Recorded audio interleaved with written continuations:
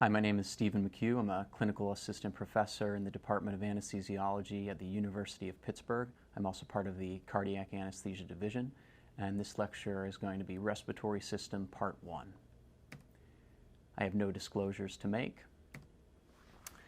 There's three parts to this lecture that we're going to cover. The first will be the anatomy of the respiratory system, then the physiology, and then finally we'll talk about the biochemistry. So first, anatomy. The airways can be divided up into three different parts. First, the conductive airways, then transitional, and then respiratory airways. The conductive airways start with the trachea and terminate with the terminal bronchioles. The conductive airways are involved with the conduction of gases. There's no gas exchange that takes place in these airways. However, the majority of airway resistance is due to these airways, greater than 90% of airway resistance. The trachea is the first part of the conductive airways. It's 10 to 12 centimeters long and consists of 20 U-shaped cartilages anteriorly. The trachea starts below the cricoid cartilage, which of course is a circumferential cartilage. After the trachea, at the level of the carina, the right and left mainstem bronchi take off. The right mainstem bronchus takes off from the trachea at a low angle, approximately 25 degrees.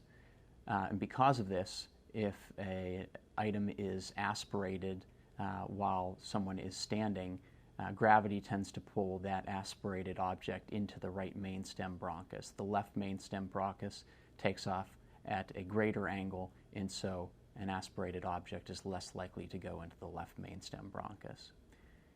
The other notable thing about the right mainstem bronchus is that it's short. It's shorter than the left mainstem bronchus.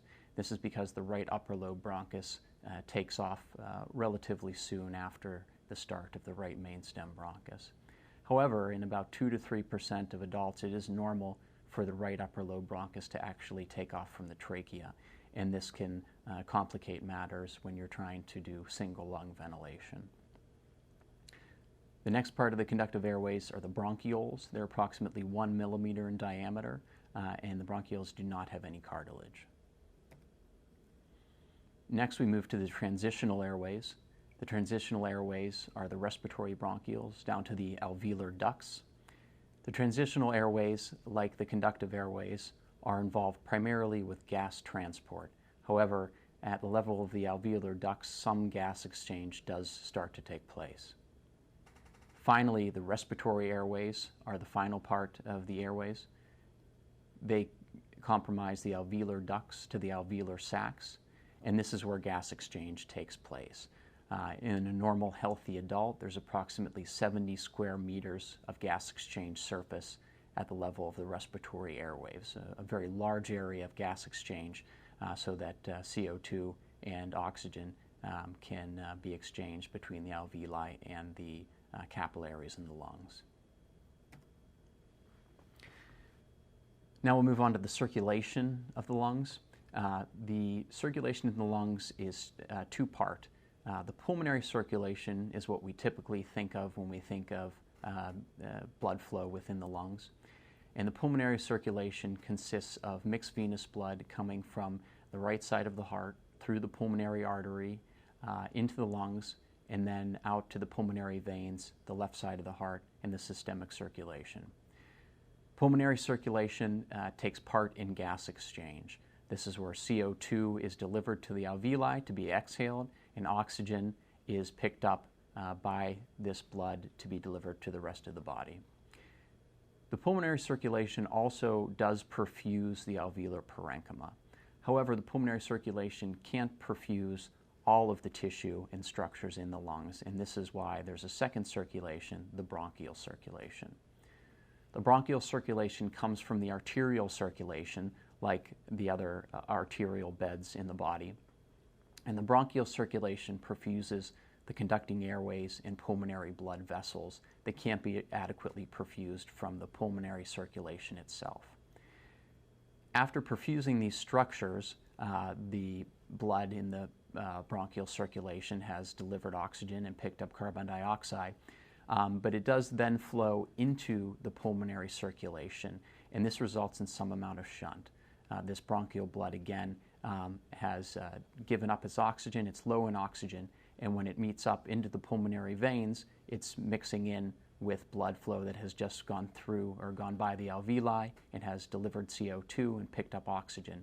And so this bronchial circulation is one contributing factor to the small normal amount of shunt that all people have. The microscopic anatomy of the respiratory system involves the alveoli and the respiratory capillaries in the lungs. The alveolar wall consists of the alveolar cells, of which there's 3 types, the capillary epithelial cells, which lie on a basement membrane, and then surfactant lines the alveoli. The 3 types of alveolar cells are type 1, which is the most numerous type. About 80% of alveolar cells are type 1. These are flat, line the alveoli, and participate in gas exchange. Type 2 alveolar cells make surfactant. Additionally, in the event of injury, they will transform into type 1 alveolar cells to reline injured alveoli. And type 3 alveolar cells are alveolar macrophages, obviously involved in immune responses in the lungs. This is a drawing of a alveolus with the 3 different types of alveolar cells next to a capillary with red blood cells delivering carbon dioxide and picking up oxygen. So now we'll move on to the physiology of the respiratory system. And when we talk about the physiology of the respiratory system, we're talking in large part about ventilation and perfusion of the lungs. So first, we'll deal with some definitions. Minute ventilation is defined as the total volume of gas that moves in and out of the lungs in 1 minute. And minute ventilation is the sum of alveolar ventilation and dead space ventilation. Dead space ventilation is that volume of inhaled gas that does not reach the respiratory airways. So this is gas that is inhaled but doesn't take part in gas exchange. It's the gas that at the end of an inhalation is left in the conducting and transitional airways. For a normal, healthy adult, this is about 2 milliliters per kilogram per breath. Alveolar ventilation is the rest of the volume of inhaled gas during a inhalation, and this is the volume that gets to the respiratory airways and does take part in gas exchange. This drawing shows the trachea and some of the major bronchi in the lungs. Any gas at the end of inhalation that is in these airways does not get to the respiratory airways. It does not take part in gas exchange, and this is part of dead space ventilation. Gas that is inhaled but does not deliver oxygen and does not pick up carbon dioxide. The VQ ratio is an important concept to know about when we're talking about ventilation and perfusion. The VQ ratio is a measurement of the matching between ventilation and perfusion of the lungs. In a healthy adult, minute ventilation is about 5 liters per minute. And of this, alveolar ventilation is about 4 liters per minute. Again, that is the amount of air that gets in and takes part in gas exchange in the lungs. In a healthy adult, cardiac output is approximately 5 liters per minute. And so to calculate the VQ ratio, you take alveolar ventilation, not minute ventilation, alveolar ventilation over cardiac output, so 4 over 5, and you get 0.8. So that's a normal VQ ratio in a healthy adult. VQ ratio abnormalities consist of dead space ventilation and shunt. First, we'll talk about shunt. In shunt, there is perfusion, but there's no ventilation. The numerator V is 0, but the denominator is a positive number, so the VQ ratio in pure shunt is 0. In the case of shunt, mixed venous blood goes from the venous circulation and gets to the arterial circulation without gas exchange.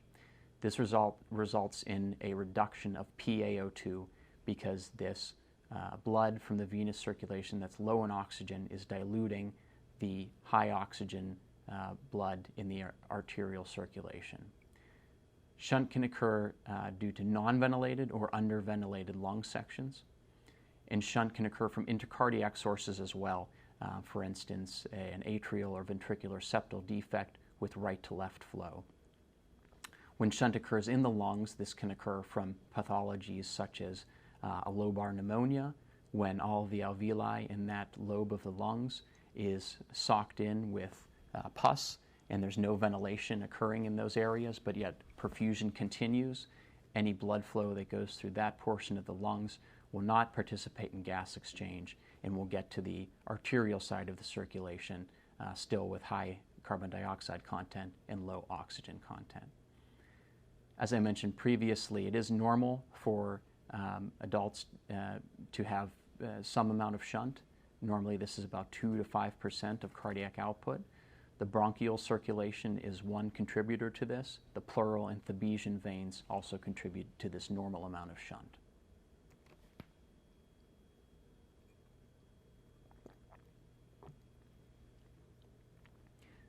This drawing shows one possible cause of shunt, which would be a totally obstructing lesion, for instance, a squamous cell carcinoma that is totally blocking ventilation to the left upper lobe.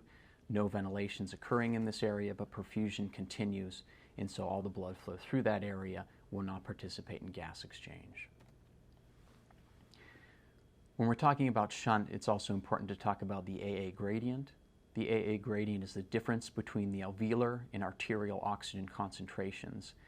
So it's P big AO2, which is the pressure of oxygen in the alveolus, minus P little AO2, which is the pressure of arterial oxygen concentration.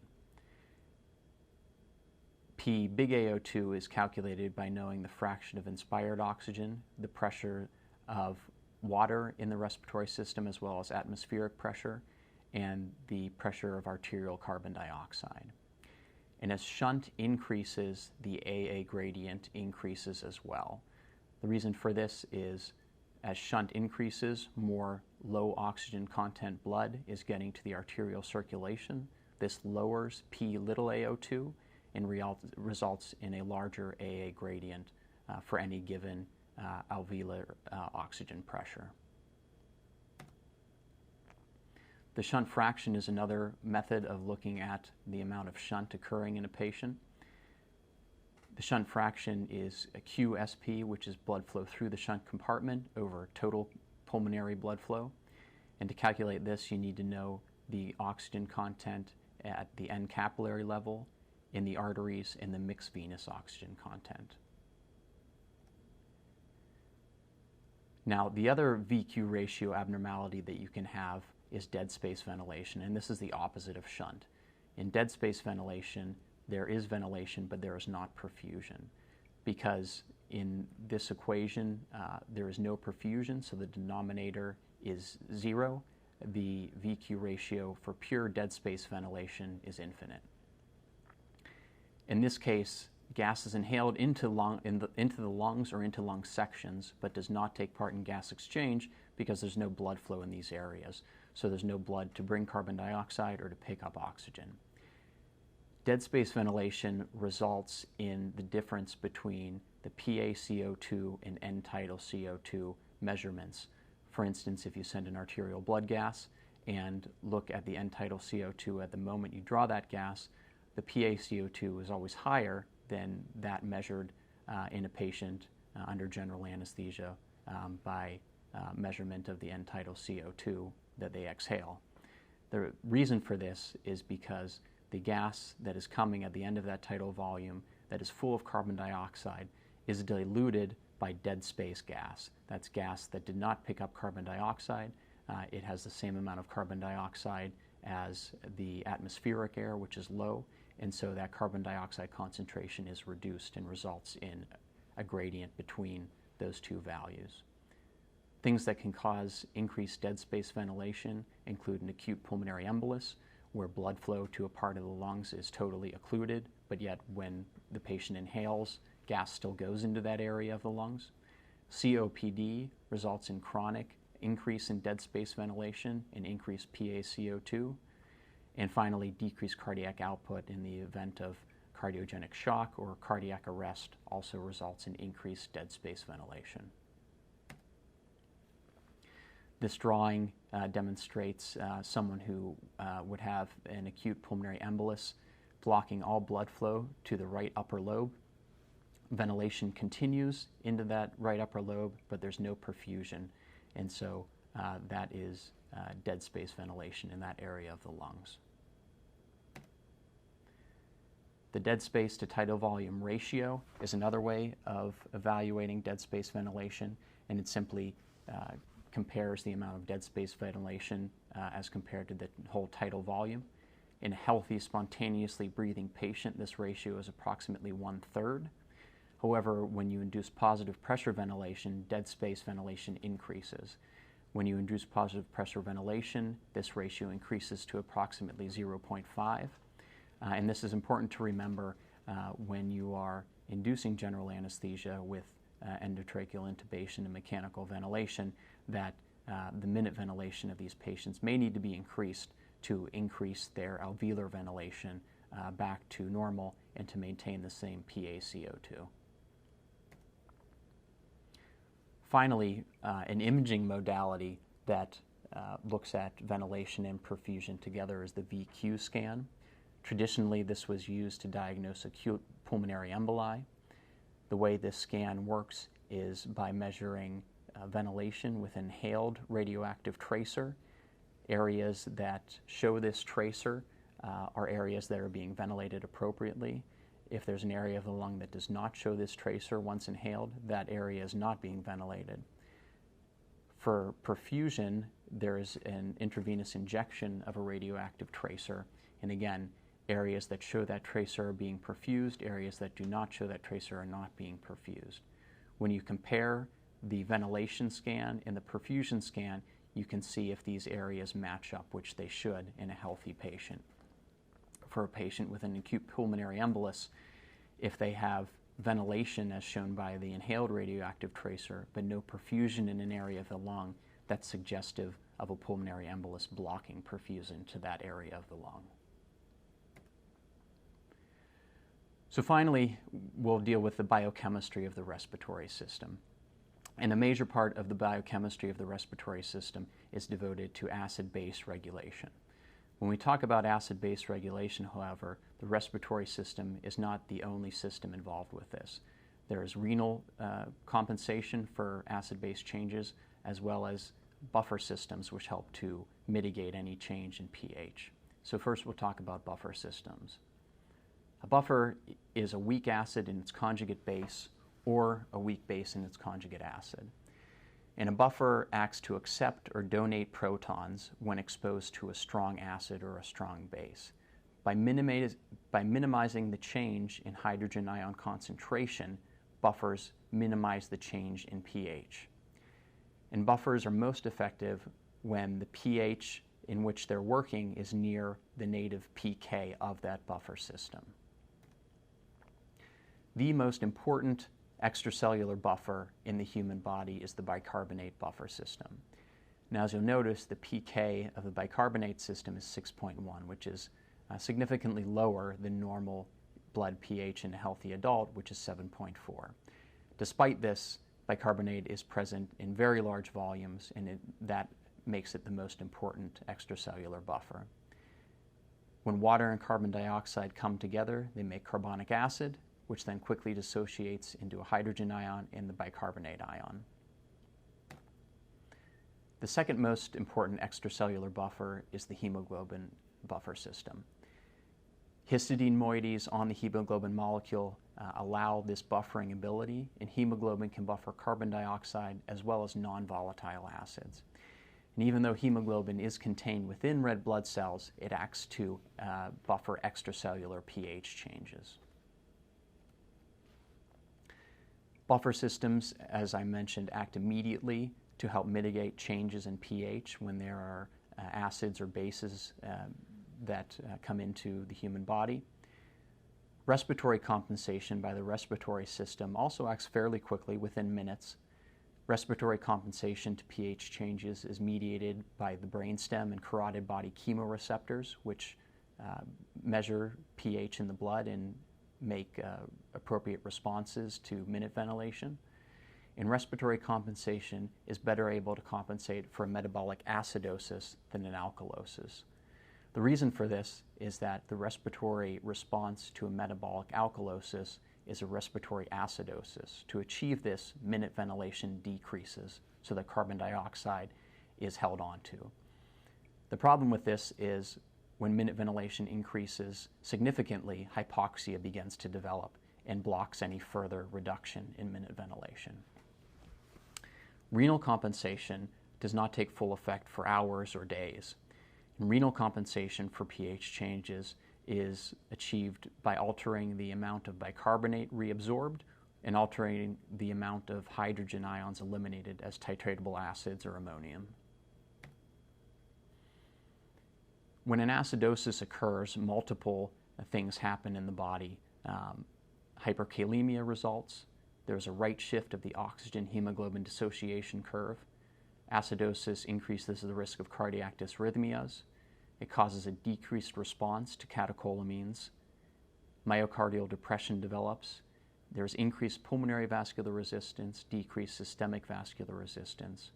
Acidosis results in increased cerebral blood flow. This is a respiratory acidosis that causes this due to increased carbon dioxide levels. And increased carbon dioxide levels also can result in narcosis if they get high enough. Alkalosis results in hypokalemia, decreased ionized calcium, which can result in myocardial depression and decreased systemic vascular resistance. A left shift of the oxygen-hemoglobin dissociation curve, which becomes great enough, can result in tissue hypoxia. Alkalosis also can result in cardiac dysrhythmias, like acidosis can. Alkalosis results in decreased pulmonary vascular resistance and decreased cerebral blood flow.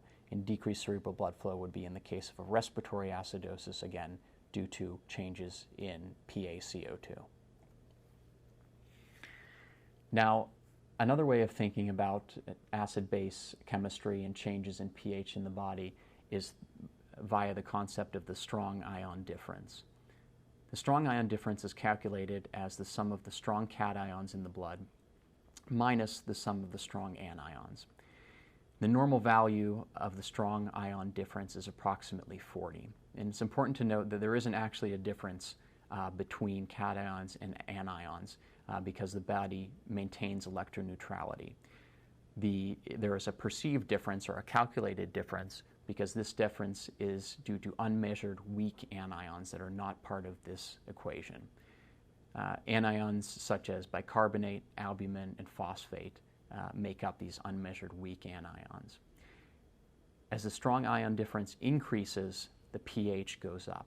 So an increased strong ion difference results in an alkalosis.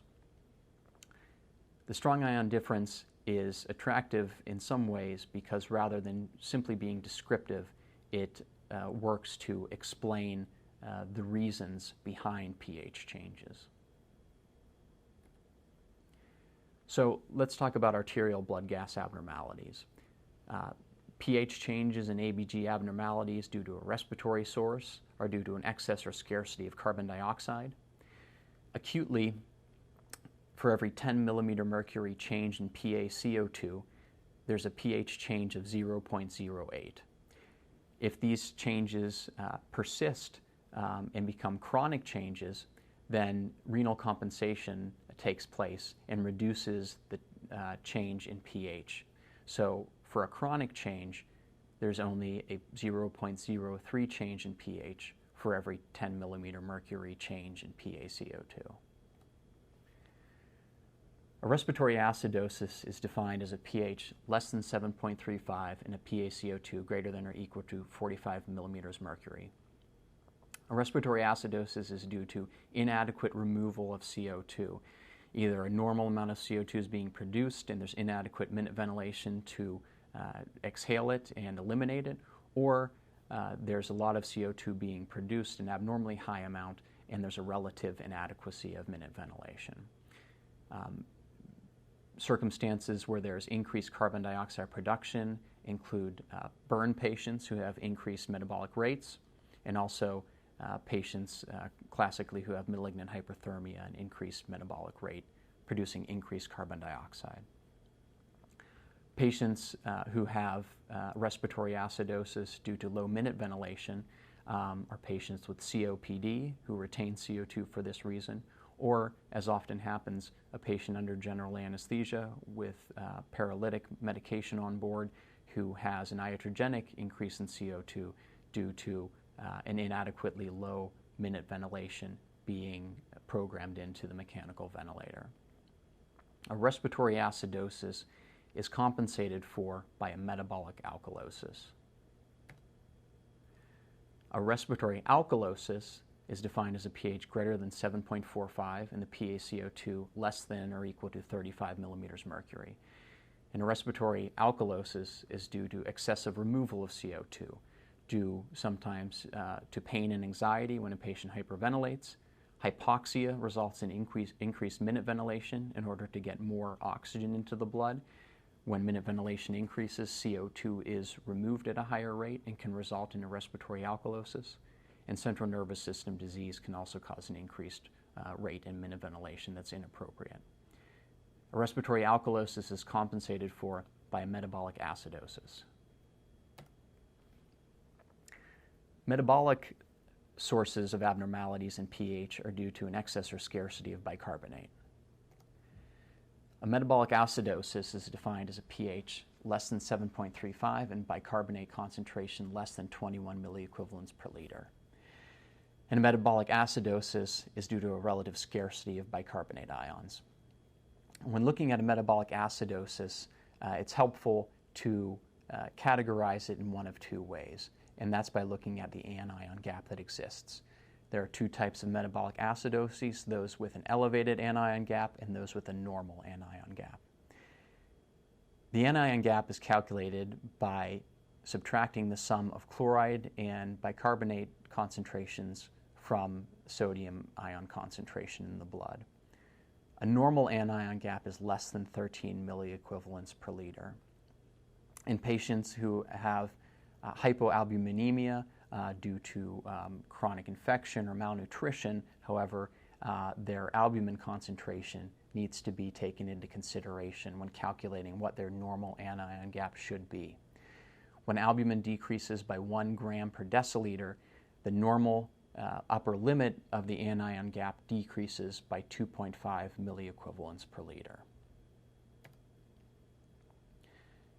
First, we'll talk about non-anion gap acidosis. So this is a metabolic acidosis that when you calculate the anion gap, it's less than 13 milliequivalents per liter. And in these cases, the anion gap is not elevated because the loss of bicarbonate is made up for by an equivalent increase in chloride ion concentration. So in that calculation, the sum of chloride and bicarbonate is equivalent, even though bicarbonate concentration has gone down, the chloride concentration has increased to make up for that decrease in bicarb concentration. Common causes of a non-anion gap acidosis include diarrhea, where bicarbonate-rich fluid is lost from the bowels, renal tubular acidosis, and a common iatrogenic source of a non-anion gap acidosis in the operating room is excessive administration of normal saline. Normal saline is high in chloride, and when administered in large volumes, results in a loss of bicarbonate in order to maintain electroneutrality, and this results in an acidosis. Acidoses of a metabolic source with an elevated anion gap are due to an excess of organic acids. In these cases, these organic acids consume bicarbonate, but that reduction in bicarbonate is not balanced out by an increase in chloride concentration. A common mnemonic to remember the causes of an anion gap acidosis is mud piles. These causes include methanol toxicity, uremia, diabetic ketoacidosis, propylene glycol ingestion, isoniazid administration, a lactic acidosis, ethylene glycol ingestion, and salicylate toxicity. Compensation for a metabolic acidosis, whether it be anion gap or non-anion gap, is via respiratory alkalosis. A metabolic alkalosis is defined as a pH greater than 7.45 and a bicarbonate greater than 27 milliequivalents per liter. Metabolic alkalosis is due to a relative excess of bicarbonate ions. Common causes of this include vomiting or gastric suction, in which hydrogen ion-rich fluid is lost, diuretics, and hypovolemia can result in a metabolic alkalosis. This is often called a contraction alkalosis because hypovolemia results in stimulation of the renin-aldosterone system. When aldosterone increases, sodium is resorbed from the kidneys. In order to maintain electroneutrality, hydrogen ions are lost when sodium ions are reabsorbed, and this results in an alkalosis. Compensation for a metabolic alkalosis is via a respiratory acidosis. Finally, in the setting of hypothermia, measurement of arterial blood gases and pH measurement becomes more complicated. And this is seen primarily during cardiac surgery in patients undergoing hypothermic cardiopulmonary bypass. And there are two ways of dealing with ABG measurements in these cases. The first is alpha stat and the second is pH stat measurements. And this is simply the way you interpret the arterial blood gas of these patients. So first we need to review the way hypothermia alters arterial blood gas measurements. When temperature decreases in any liquid, including blood, gas solubility increases, and partial pressure of that same gas decreases. As the gas becomes more soluble, less of it's in gaseous form, so the partial pressure decreases, and more of it is solubilized in the liquid as gas solubility goes up. This is true for carbon dioxide, which acts just like any other gas. As blood becomes hypothermic, PaCO2, the pressure of arterial CO2, decreases as its solubility in the blood increases. So with alpha stat ABG measurements in these hypothermic patients, the blood sample is taken and then rewarmed to 37 degrees before being analyzed. This allows the pressure of arterial carbon dioxide to increase prior to measurement. Again, as the blood warms, the pressure becomes higher of carbon dioxide as its solubility decreases in blood. And this is important to remember in regards to cerebral blood flow. So cerebral blood flow is coupled to cerebral metabolic rate in normal circumstances. As temperature decreases, cerebral metabolic rate decreases as well because the chemical reactions in the brain go down. So the brain needs less oxygen during hypothermia. Hypothermia also causes a decrease in PaCO2, as we just discussed, because carbon dioxide becomes more soluble in blood. Both of these things, a decrease in cerebral metabolic rate and a decrease in PaCO2, independently result in decreased cerebral blood flow. As cerebral blood flow decreases, the embolic load to the central nervous system decreases in patients during cardiopulmonary bypass. There are microemboli that are present during cardiopulmonary bypass. As cerebral blood flow decreases, less of these emboli get to the central nervous system. Using alpha stat ABG measurements during hypothermic cardiopulmonary bypass is associated with improved post-op cognitive function. And because of this, it's the primary method used. The other way to interpret arterial blood gases in these cases is the pH stat method. In these cases, the blood gas is measured at the current temperature of the blood. So this hypothermic blood is put into the machine and results in readings that show the PaCO2 is lower than if the blood had been rewarmed. However, the perfusionists want to maintain normal pH in these patients. So via the oxygenator, they actually add CO2 to the patient's blood to increase PaCO2 and normalize pH. This increase in PaCO2 results in an increase in cerebral blood flow. Again, as we just mentioned, carbon dioxide is important for cerebral blood flow. As carbon dioxide concentrations go up, cerebral blood flow increases. However, these patients are hypothermic and their brain's cerebral metabolic rate is decreased. So their brains don't need all this increased blood flow. They're getting enough as it is with the reduced cerebral blood flow because they have a reduced cerebral metabolic rate. So when using pH stat measurements, cerebral blood flow and cerebral metabolic rate become uncoupled. During alpha stat measurements, they remain coupled. The advantage of pH stat is that there's faster brain cooling. There's hypothermic blood going through the patient's arteries. If there's increased cerebral blood flow, more blood gets to the brain, more cooling occurs in the brain faster, and the brain's cooled faster. The downside to this is, as we mentioned before, increased cerebral blood flow results in a greater embolic load to the central nervous system. And so pH stat is rarely used. The one situation where it is still used routinely is in pediatric patients during congenital heart surgery. That brings us to the end of this lecture, Respiratory System Part 1. Thank you and good luck.